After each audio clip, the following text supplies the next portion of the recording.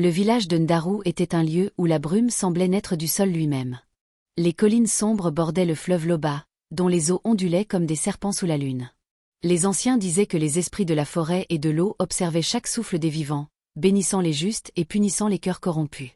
Amina avait 18 ans et était l'incarnation de la beauté et de la grâce. Ses cheveux noirs tombaient en vagues sombres jusqu'à sa taille, et ses yeux reflétaient la clarté du fleuve à l'aube. Chaque pas qu'elle faisait semblait danser avec les esprits. Les villageois murmuraient à voix basse. Cette fille porte la bénédiction des anciens. Pourtant, cette lumière attisait la jalousie dans la maison qu'elle partageait avec son père Samba, un homme droit mais silencieux, et sa belle-mère Maba, au cœur noir. Avec sa fille Zara, Maba nourrissait une haine grandissante, incapable de supporter que chaque sourire d'Amina éclaire la maison comme une torche dans l'obscurité. Si le prince voit sa lumière, dit Maba un soir en chuchotant, notre sang ne comptera plus. Sa gloire doit disparaître. Mais comment? Murmura Zara, tremblante. Les ancêtres mêmes peuvent être convoqués. Les esprits noirs obéiront si nous offrons le sacrifice nécessaire.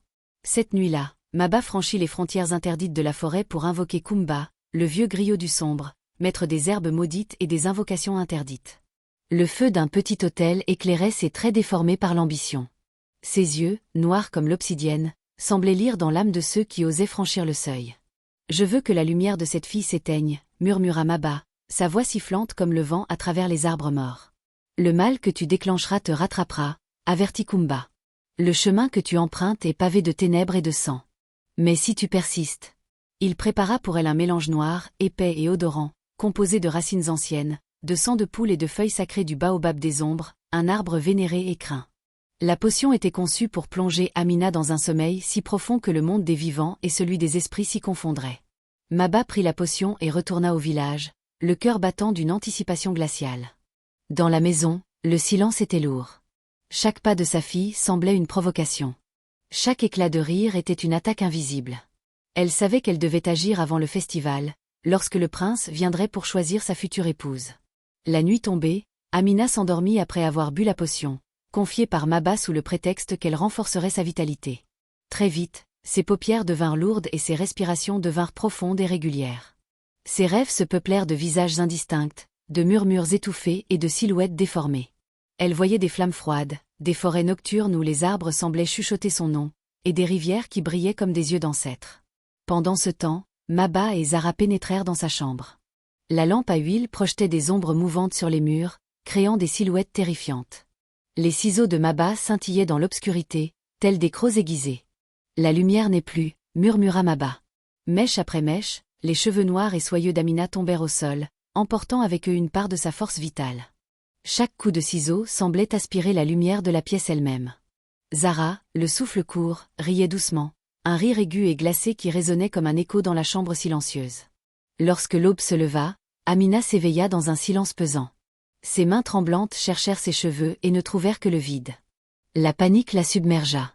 Elle se leva, pieds nus, et courut vers le fleuve Loba. L'eau sombre reflétait son visage dépouillé, et les esprits du fleuve semblaient murmurer autour d'elle. La lumière ne meurt jamais. Mais Amina ne voyait que la trahison. Son cœur se serra d'une douleur glaciale, et pour la première fois, elle sentit le poids de l'ombre humaine, plus oppressant que toute nuit sans lune. Amina gisait au fond de sa chambre, immobile, les paupières mi-closes. Le monde des vivants s'éloignait d'elle comme un rêve fragile, tandis qu'un voile d'ombre s'épaississait autour de son esprit. Dans ses songes, le fleuve Loba devenait noir comme l'encre, les rives remplies de silhouettes indistinctes, mi-humaines, mi-animales, aux yeux brillants de malice. Chaque souffle qu'elle tentait de prendre semblait aspiré par un abîme invisible. Les murmures du sommeil, plus que de simples rêves, étaient des voix anciennes. Elles lui parlaient dans une langue oubliée, évoquant des malheurs passés, des trahisons anciennes et des sacrifices oubliés. Une peur viscérale s'empara d'elle, mais malgré l'angoisse, une partie d'elle-même résistait, invisible et incorruptible. Dans la maison, Maba et Zara s'affairaient, orchestrant leur cruauté avec une précision glaciale. La lampe à huile tremblait sur la table, projetant des ombres mouvantes qui semblaient presque vivantes. Chaque objet, chaque mur, participait à leur sinistre ballet. Les ciseaux, les miroirs brisés, les calebasses contenant la potion. Tout était symbole de leur domination temporaire sur Amina. Enfin, murmura Maba, sa voix sifflante, la lumière n'est plus qu'une ombre. Zara, le souffle court, riait doucement, un rire aigu et cruel, semblant résonner depuis les entrailles même de la maison.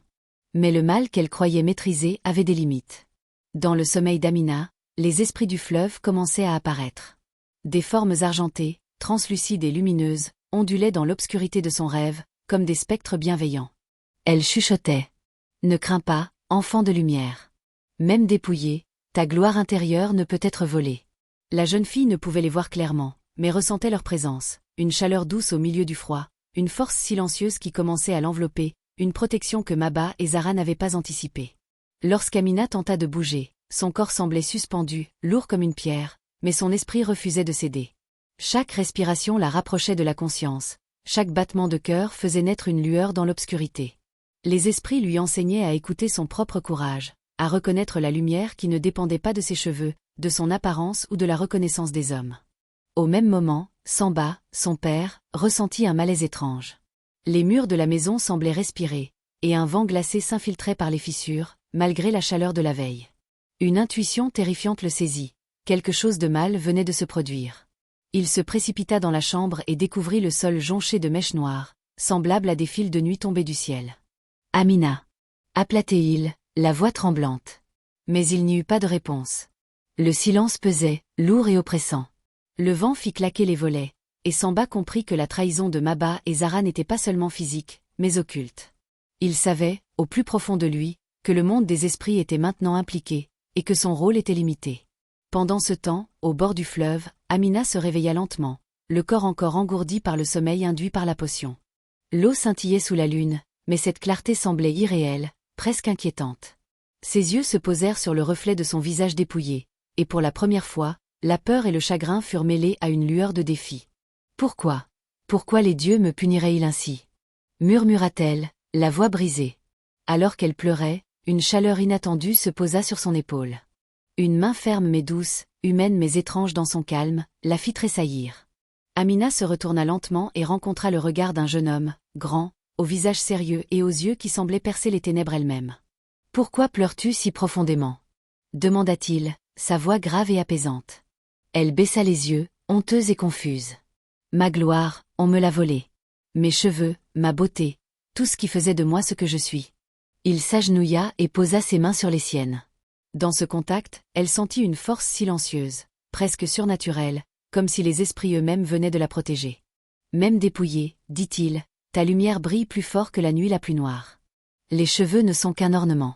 La vraie beauté et la vraie force résident dans ce que tu portes en toi. » Amina sentit une chaleur remonter dans sa poitrine. Pour la première fois depuis l'attaque de Maba, un espoir fragile s'éveilla. Elle ne savait pas encore que ce jeune homme n'était pas un simple passant, mais le prince d'en bas, choisi par les esprits pour reconnaître et protéger celle dont le cœur était pur.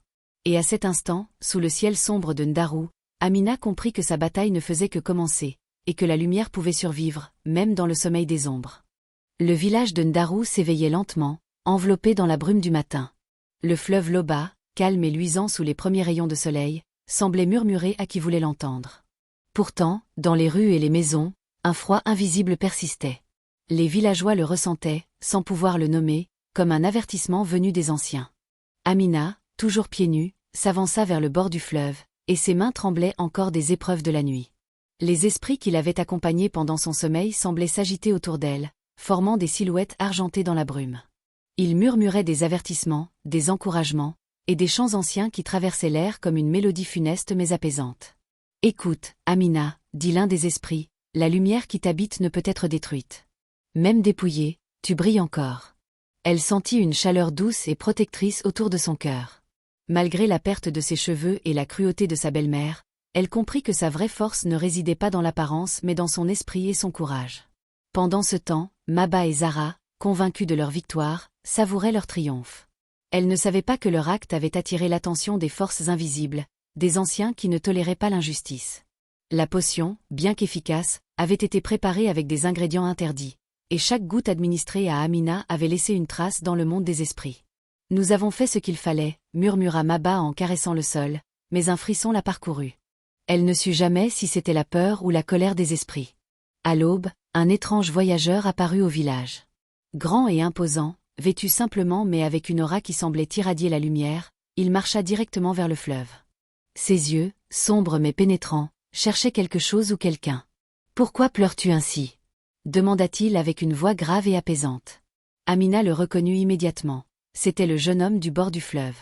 Mais cette fois, il révéla plus que son visage bienveillant. Il montra des signes d'autorité et de puissance surnaturelle, comme si les esprits eux-mêmes l'avaient investi d'une mission sacrée. « Je suis d'en bas, dit-il. Le prince envoyé par les anciens. Ils m'ont montré le danger qui pèse sur toi. » À ces mots, Amina sentit une force nouvelle naître en elle. Elle ne savait pas encore si cet homme était le prince du royaume ou un esprit prenant forme humaine, mais il portait une aura qui dissipait sa peur.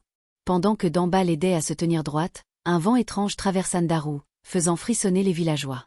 Les femmes aux maisons voisines sentirent une présence qui les fit hésiter, tandis que les enfants, innocents et curieux, suivirent Amina à distance, fascinés par une lumière qu'ils ne comprenaient pas. Maba et Zara commencèrent à ressentir le contre-coup de leur malveillance. Les herbes utilisées pour le sommeil et la coupe des cheveux étaient désormais des catalyseurs d'une énergie qu'elles ne pouvaient contrôler. Les murs de leur maison semblaient vibrer, et des ombres mouvantes surgissaient là où aucune lumière ne tombait. Leur triomphe leur échappait. Damba prit Amina par la main et l'emmena vers un ancien autel près du fleuve. Les esprits qui l'accompagnaient se mirent à chanter un hymne ancien, leurs voix argentées se mêlant au clapotis de l'eau. « Les anciens t'ont choisi », murmura Damba. « Ta place n'est pas parmi les moqueurs et les jaloux, mais au cœur du royaume, là où la lumière doit briller. » Amina sentit la peur s'estomper, remplacée par une détermination glaciale. Elle savait maintenant que pour protéger sa lumière, elle devait affronter non seulement la cruauté de sa belle-mère et de sa fille, mais aussi les murmures du village et les épreuves qui l'attendaient lors du festival. Les esprits se retirèrent alors qu'un silence surnaturel enveloppait le lieu. Le fleuve reflétait une clarté nouvelle, et Amina sut que sa véritable bataille venait de commencer.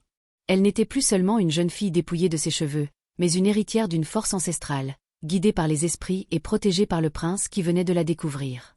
Au loin, Maba et Zara échangèrent un regard chargé de panique. Les murmures invisibles dans leur maison leur disaient que leur vengeance était incomplète et que le royaume, avec sa magie invisible, commencerait bientôt à rendre justice. Ainsi se termina la première rencontre de la jeune fille avec son protecteur, mais le chemin vers le festival et la reconnaissance de sa lumière véritable était encore long, semé de pièges, de malédictions et d'ombres prêtes à attaquer. Le festival débuta sous un ciel lourd, où même le soleil semblait hésiter à briller. Les tambours frappaient, les flûtes s'élevaient, et toutes les jeunes filles du royaume s'avançaient, parées de tresses, de perles et de colliers. Amina entra à son tour, pieds nus, la tête nue, mais droite comme un arbre sacré. Des murmures parcoururent la foule, moquerie pour certains, pitié pour d'autres. Mais ses yeux, eux, restaient fixés sur l'horizon, porteurs d'une lumière que rien ne pouvait ternir. Le prince d'en bas apparut, majestueux, et fit taire la foule d'un simple geste. « J'ai prié les ancêtres, dit-il d'une voix grave, pour qu'ils me montrent celle qui doit partager mon trône. Je leur ai demandé un signe que nul ne pourrait contester. Toutes les jeunes filles portent de beaux cheveux, mais j'ai demandé que la véritable reine m'apparaisse dépouillée de cette parure, afin que je voie son âme et non son apparence. » Un silence tomba comme une pierre dans l'assemblée. Les regards se tournèrent vers Amina. Damba marcha lentement, dépassa toutes les autres filles richement ornées, et s'arrêta devant elle. Il prit sa main et la leva bien haut. C'est elle, Amina, la lumière du royaume. La foule, d'abord incrédule, éclata en clameurs. Mais avant que les tambours ne reprennent, Maba, consumé par la rage, se jeta en avant, criant. « Non. Ce ne sont pas les dieux qui l'ont dépouillée. C'est nous. Moi et ma fille. Nous avons mêlé les herbes, nous avons coupé ses cheveux dans son sommeil. » La foule hurla d'indignation. Des voix montèrent, sorcières, traîtresses, maudites. Les gardes les saisirent, les traînant loin de la place, tandis que leurs cris se perdaient dans le vacarme. Amina resta immobile, les larmes brillant dans ses yeux. Damba posa une couronne simple sur sa tête nue et déclara. « La gloire n'est pas dans les cheveux, mais dans la force de l'esprit. Et ton esprit est plus lumineux que 1000 soleils. » Les tambours reprirent, plus puissants, comme pour chasser à jamais l'ombre qui avait tenté d'éteindre la lumière. Et ce jour-là, Amina devint reine, non pour sa beauté, mais pour avoir montré au monde que la véritable force se cache au cœur de ceux qui supportent la souffrance et se relèvent malgré tout. Ainsi s'achève l'histoire d'Amina, celle dont la chevelure fut volée, mais dont la lumière intérieure ne cessa jamais de briller. Elle nous rappelle que la vraie beauté n'est pas dans ce que l'on voit, mais dans ce que l'on porte au plus profond de soi, le courage, la bonté et la dignité. Car les couronnes de chair se fanent, mais la couronne de l'esprit demeure éternelle. Si tu as aimé cette histoire africaine sombre et envoûtante, abonne-toi dès maintenant pour découvrir d'autres récits légendaires, inspirés de nos terres et de nos ancêtres. Laisse un like, un commentaire, et surtout partage pour que la lumière d'Amina voyage encore plus loin. Active la cloche, notification pour ne manquer aucune nouvelle histoire. Chaque semaine, une nouvelle légende, plus mystique, plus occulte, plus profonde.